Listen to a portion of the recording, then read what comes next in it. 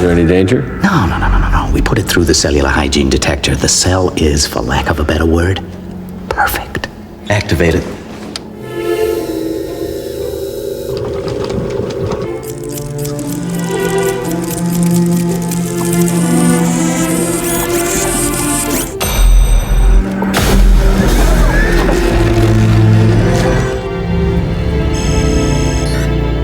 Thermal bandages.